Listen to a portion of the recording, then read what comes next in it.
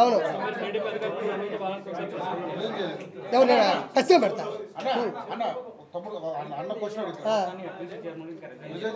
ఎవరు చేస్తాడు ఇప్పుడు ఎఫ్డీసీ చైర్మన్గా పోసాన గారు రిజైన్ చేయలేదన్నారు, చేయకుండా ఇంట్లో ఇట్టుకుంటాడండి దాన్ని. ఆ రోజు నేను మాట్లాడినప్పటి నుంచి ఈ రోజు వరకు బయటికి రాలా. బయటకు వచ్చి కనీసం ఓడిపోయిన తర్వాత అయినా ప్రజలు మమ్మల్ని ఎందుకు ఓడించారో మేము తెలుసుకుంటాం, మేము నేర్చుకుంటాం అని కూడా లేదు.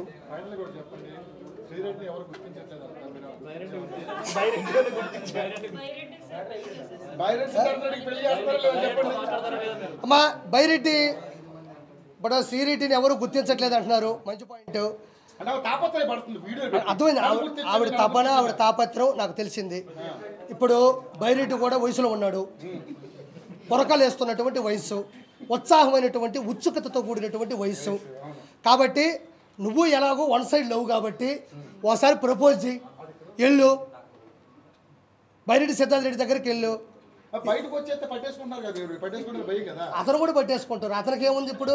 ఇద్దరు కలిసి ఒకరినొకరు అర్థం చేసుకోవడమే నిజమైనటువంటి పరమార్థం. ఇప్పుడు వైఎస్ఆర్సీపీ వెళ్ళి బైరెడ్డిని పిలిపించుకొని ఇద్దరు మాట్లాడుకొని ఏమ్మా ఏంది పరిస్థితి ఏంది అనుకుంటే వాళ్ళ ఇష్టాలు వాళ్ళవి. నాకేం ఇబ్బంది, తీసుకోకపోతేనే ఇబ్బంది, నాకు ఈ రోజు ఇబ్బంది అనిపించదమ్మా.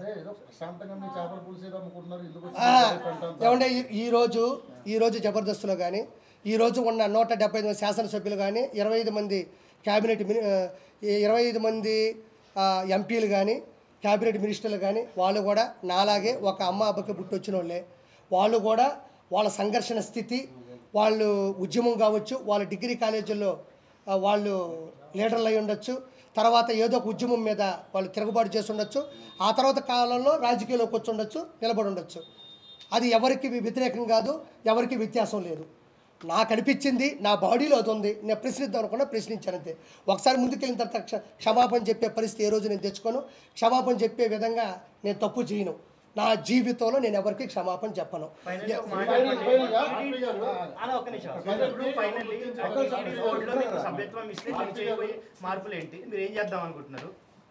టీడీపీలోనా సార్, టీటీడీ పోస్టులకి నేను అర్హులు ఉన్నోడినా, నాకు అర్హత ఉందా? లేకపోతే మనం ఏదో 10 మైకులు పెట్టుకొని మాట్లాడేంత మాత్రం అర్హత అని నేను అనుకోను. మనకి ఒక సామాన్యుడిగా ఈ రోజుడికి ఇదిగో నేనే కండువా తెచ్చుకున్నా, నేను వేసుకున్నా, నేను మాట్లాడుతూ ఉన్నా, నేను స్వచ్ఛందంగా చేస్తున్నా.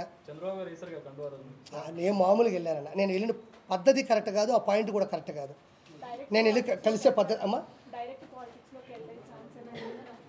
పాలిటిక్స్ అంటే నేను అవునమ్మా అమ్మా, ఇదిగో ఇలానే ప్రతి వారం ప్రెస్ మీట్ పెట్టుకుంటాను, అందరినీ పిలుస్తాను, ఆ వారంలో జరిగిన ప్రతి పని మీద నేను మాట్లాడతాను అంతే. ఏమో నాకేం చెప్పలేదు, నా విన్న కూడా కలిసా. అవును చేశాడు,